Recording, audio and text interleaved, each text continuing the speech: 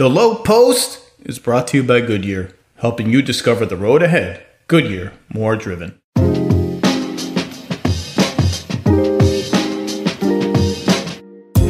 Welcome to the Hoop Collective Low Post crossover. We are moments after an exciting, one of the best finals games in recent memory. Game 5, the Heat eke it out to live another day. And joining Zach and I tonight. Now, Chris Bosch, it wasn't quite Bosch to Allen for 3. I don't think it was quite Bosch to Allen, but this is up there with one of the biggest Heat wins in history. I mean, for sure. It's an incredible game. What'd you think of it? Man, you know, it's starting to be one of those series that's just kind of grinding to a halt. Everything you thought that was going to happen is not happening.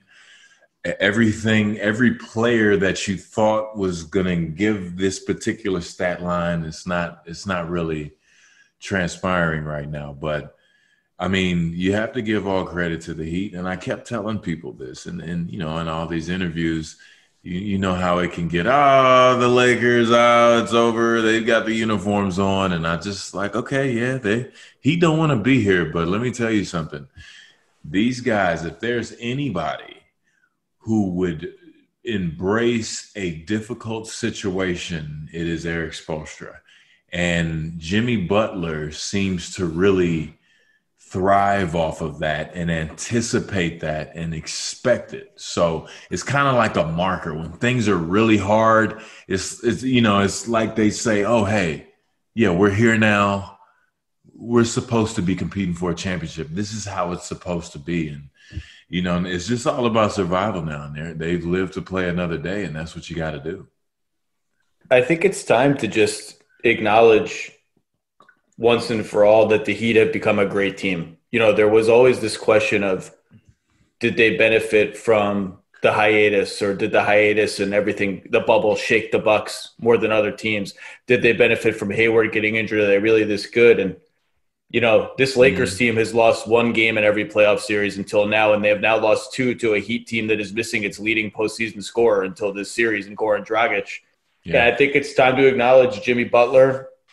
You know, is he a top 10 player? Yeah. I mean, we're going to have to rearrange the rankings because this dude just put up 35, 12, and 11 in 47 minutes. 47 minutes and survived. 47 and a half. Whatever it is, it's the game. That's he crazy. played the whole game.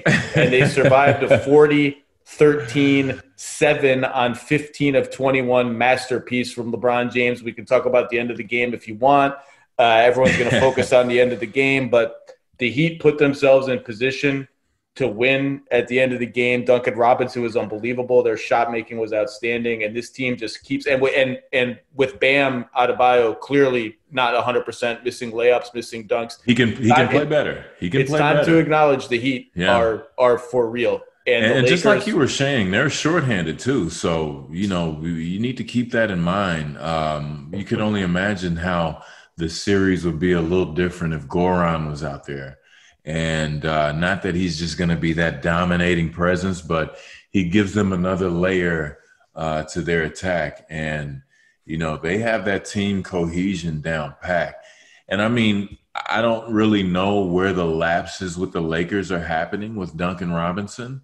He's making them pay every time. I mean, he's moving himself up into elite company every game because you don't expect him to think – you don't think he's going to – continue to go on the streak that he's gone on, but you eventually figure that a veteran is going to get into him and just chase him to the bathroom. but it hasn't happened yet, and I mean they're making him pay every single time. And boy, I tell you, we'll see what happens Game 6. I'm eager to see it, especially with AD hobbled a little bit, man. We're going to see how it happens. That's one of the big stories, Linda, we should probably get to is. Well, let's talk about the end of the game real quick. Okay. So Frank Vogel, the Lakers coach, has come out after this game and said that there were bad calls at the end. Jimmy Butler getting to the line. I'm going to have to go ahead and disagree. He's probably going to get fined. So Lakers, Lakers up 1. Heat ball. They run a beautiful, fast play for Jimmy Butler. He gets he screens. Very good play. LeBron, not AD on him because AD wasn't moving so well, so they put LeBron on him. Screen LeBron, and AD goes up, but Jeff Van Gundy called it on the broadcast. He floats a CB. I mean, Yeah. you've been in verticality your whole career. Frank Vogel helped invent it with Roy Hibbert, but he floats. He fouls him, right? That's a foul. Yeah, it's a foul. He jumped into him. Good call by the refs. And you have to give, usually referees are getting a tough time. I think they called it a great game today. You can always look on both sides and say, well, but if they're even and the game is tied and the players, they're the ones who are dictating what happens out there. Hopefully the game isn't called, at the end by, free throws or anything like that. But all in all, it was an evenly called game, I feel.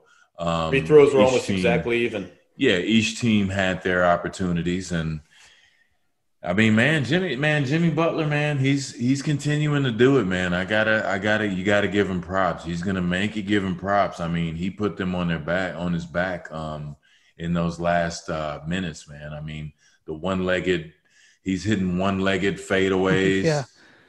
He's hitting the free throws down the stretch, 2 dribble pull-ups. I mean, he's got to shoot free throws when you're that exhausted and not miss them. I mean, he was so tired. And did you think for a second he was going to miss either of them? Like, I just chalk it up tired. 2 of 2, 2 of 2. Of course. 2 of 2. Well, no, you think he's going to miss one because as a player, I know how I would feel. I'm going to miss one if I'm that tired. You know what I mean? Fair enough. Like him going over when he was leaned over, panting after getting fouled. They burned a timeout after that, but him just still being able to muster up whatever he could and having the concentration. If Spo still had Chris Bosh on his roster, he would have run that play where you went to the backside in the corner. Yeah. Hell yeah! Spo. Come on, he's you not ran that play for last second shot several times. Yeah. So he makes the 2 free throws, come down. They call timeout again. Van Gundy and Mark Jackson, excellent call on this game. All over this. Danny Green is in the game. They know Duncan Robinson is on Danny Green. They know that they're going to run the screen to try to force Duncan Robinson. They know that there's going to be a double with LeBron. That's exactly what happens. LeBron drives. Zach, he drives into a crowd. There's 3.5 guys there. He makes the basketball play, Chris Bosh, which he has made for 15 years since he's been starting in the playoffs. For sure. He throws it to the open guy. Danny Green is a 38% three-point shooter from that spot, according to Second Spectrum. He is wide open, so I'll throw him another couple percentage points. Yeah. And he missed it. Well, I know Danny wants that one back. He made the right play. It was a crowd. I think that he had the mentality to say, you're not going to beat us. We're sending everything in the kitchen sink, and we're just going to close to the shooters. They got the play that they were looking for. It was a tremendous play. Danny Green slipped out. You could kind of tell that the Heat were anticipating that play. Bron was still able to make a very decent pass out to Danny Green. He got his hands on it. He stepped right into it. Any other time, 9 times out of 10, he'll make that shot. He missed it. What the interesting thing was on the rebound, Markieff Morris, he had plenty of time, and he kind of made a quick decision. And he had Bron open on the right wing, which is always easy to say. And you usually, you throw it up to AD, but he had another big on him, and that was just, man, that was a tough play, man. It was a very tough sequence. I know Zach, they you were want watching that one film. back. You were watching film. I'm watching it again now. Markieff also had Danny Green, like he could just handed the ball. Yeah, he could have handed off him again. Danny was right there. It's funny though, when he threw the lob, as he threw it, I looked under the rim and I saw AD. And I thought, again, the ball's just out of his hand in midair. I thought, okay, I don't hate that decision because AD might get. I'm putting the referees in play a little bit there, down one, and then of course the pass was not an accurate pass. He choked, right? Let's just say he choked. I'm not saying I would say that to Markeith's face in this exact moment. You would not. No, do not say that, Brian. Don't say that to Markeith's face. Don't do it. He choked. He choked. You know, what do you want to say? He choked. You know. Well, he also, as you pointed out before we started, you know, they were setting the screen that they set for Jimmy on the go ahead free throws. It was a flat screen by Crowder, and the flat screen is designed. You know, Chris knows this. When you're facing half court, it's designed to make the defense guess like which way is he going to go, which way. And Markeith switching the pick. He went from an angle to switching to that flat kind of. It's this weird in between space, and if you're not demonstrative about your coverage, you'll get exploited. And Markeith guessed wrong, and for Jimmy sure went the other way. But Rose had that in his pocket. He knows about that one. Well, he went left. You know, Jimmy would typically go right. He went left. I just want to say on the Danny Green shot. I mean, I guess LeBron's going to be playing at the Y or whatever kind of court he has access to at his wealth level. He just bought a $40 million estate that he's going to tear down. He's not. They're going to be hosting games on that when he's 85 years old, and he's going to get quadruple teamed, and he's going to pass to an open man, and like the dudes watching in the bleachers are going to be like, "Well, he's got to take the shot. He's got to take the shot. He's got to take the shot." And like I'm watching it right now, Danny Green's wide open. LeBron drives pretty far into the lane, and for a second it looks like he might have a drop off to AD. But Andre crashes that passing lane off the corner and then makes an incredible rotation out to Danny Green. If he kicks it to the corner where Caldwell Pope is, Andre's going to rotate back there and has a chance actually to deflect the pass.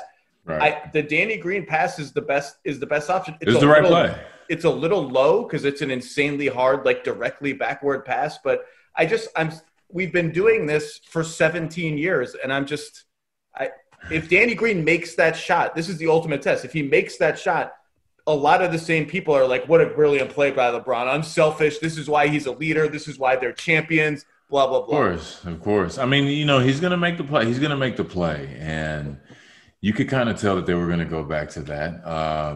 You know, like we said before, Danny Green slipping out puts them in a bind.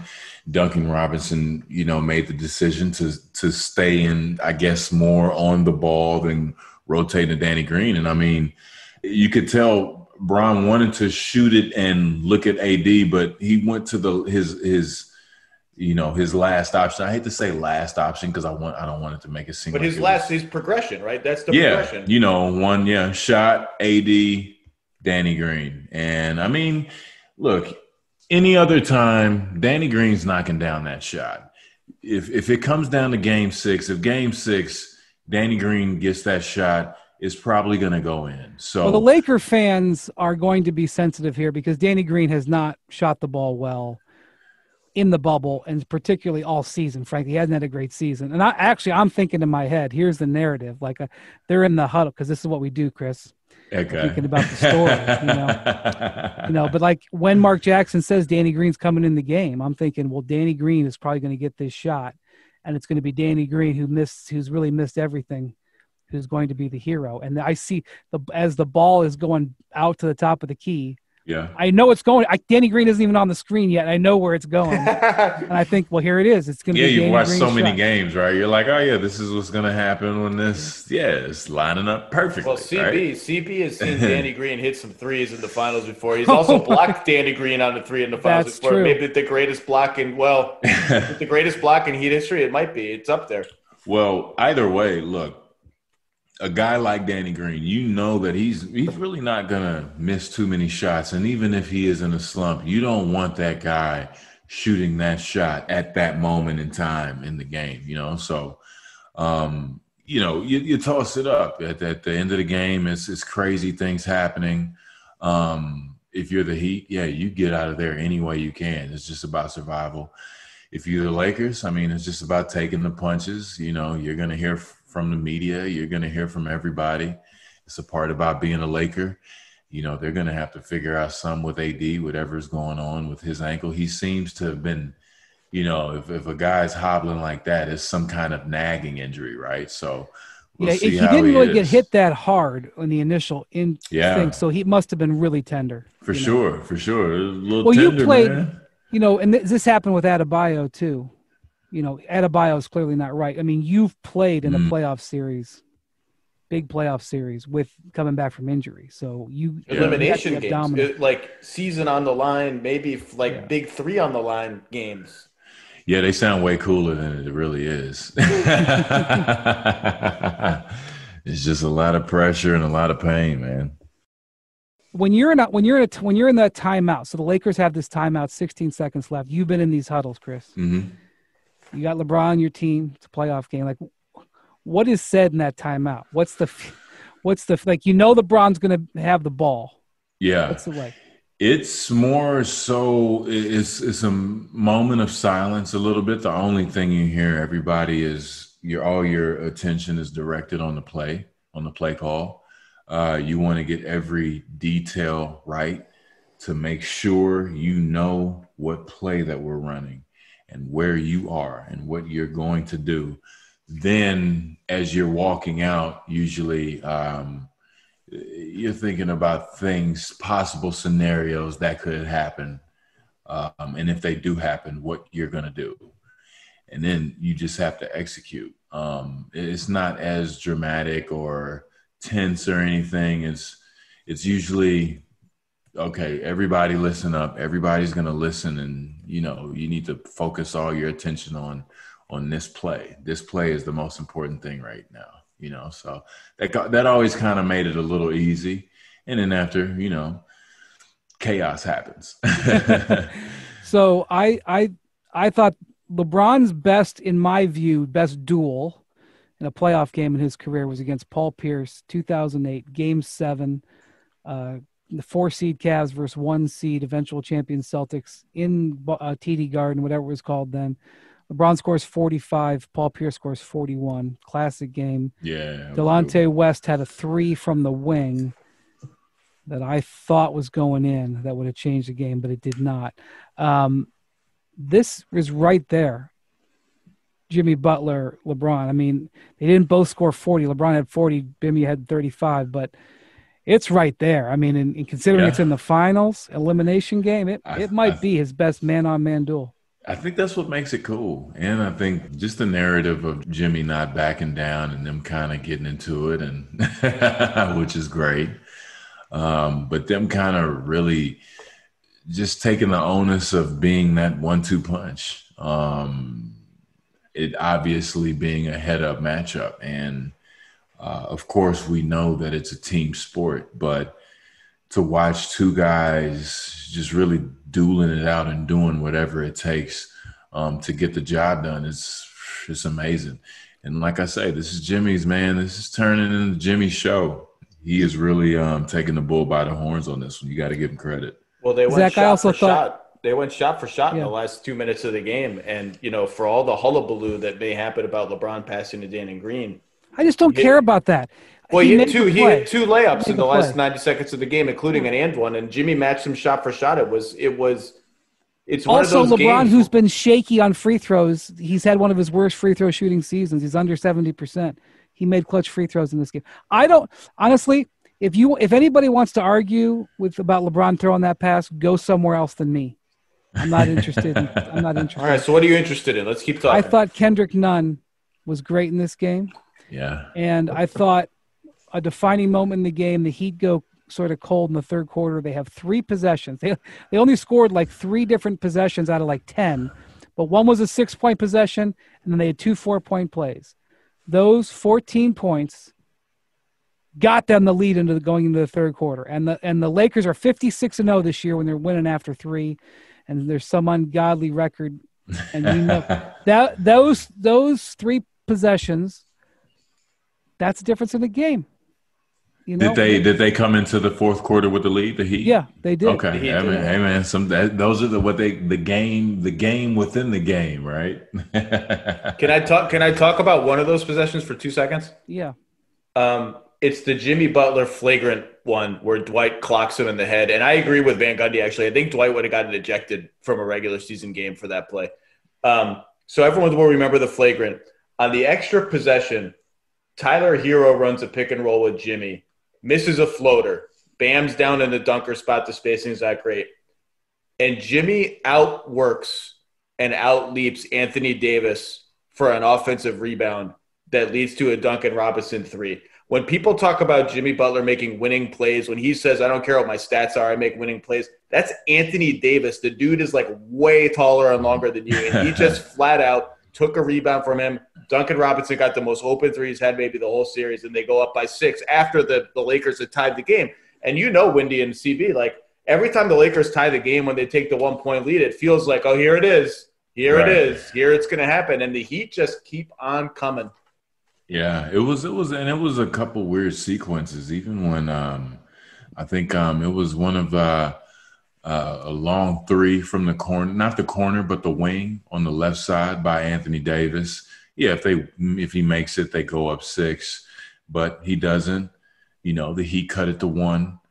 You know, get a stop, boom, they take the lead, and now we got that back and forth thing going in the last couple minutes. I mean, you know, these guys just keep coming. And one of the things that I know, just of course with playing with the team and being in the organization, and it trickles down from Pat Riley, and Spo knows this too. If you're in the finals, you don't really just chalk it up and say, we're down 3-0 or 3-1, it's over, we lost.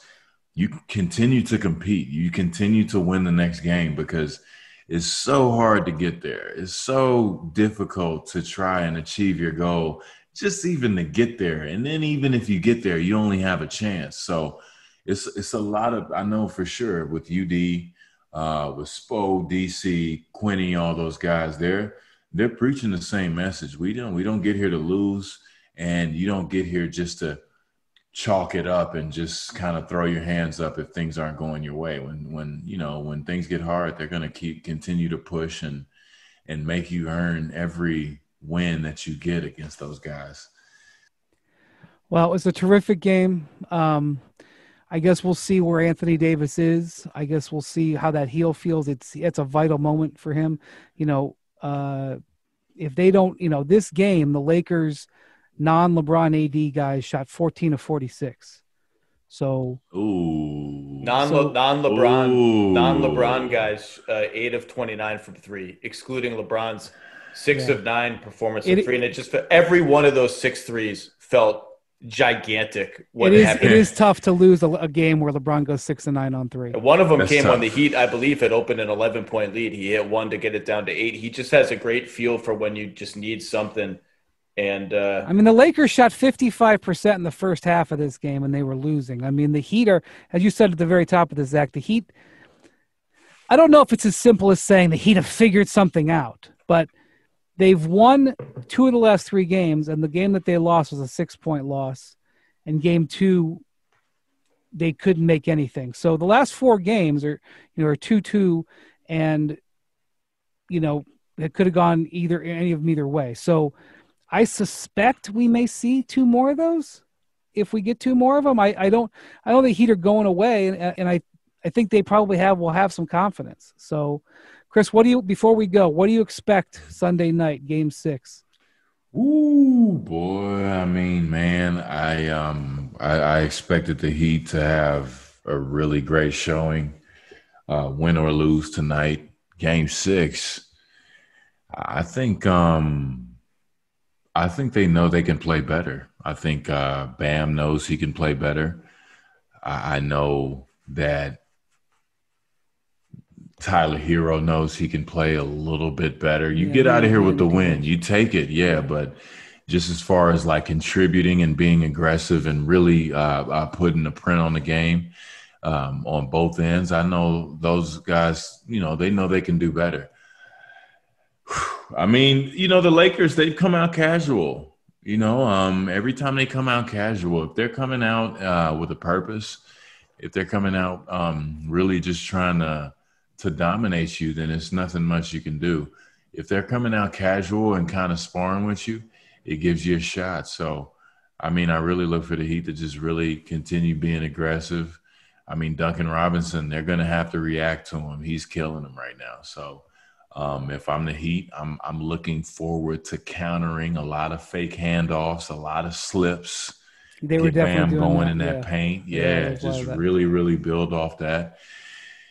And man, just get one more. That's the thing, it's gonna be though, hard for our game. Like if you get one more, it doesn't matter if you were down 3-1, if it looked like a coronation. You get one more, it is DEFCON 1 for the Lakers. It's for sure. Is LeBron going to blow a 3-1 lead after overcoming a 3-1 deficit? It's what does this mean for LeBron's legacy? It's all the noise and all the pressure, and it's one game. And like, you know, you've played Game 7, CB. Game 7 is like, I mean, like that's the Shane Battier hits 6 threes game, or the Mike Miller hits 6 threes, whatever it is. Like one dude, like Tyler Hero, has another crazy game, and all of a sudden it happens like you don't think it'll happen. Any Game 7 that you've watched, what you thought was going to happen never happens every single time.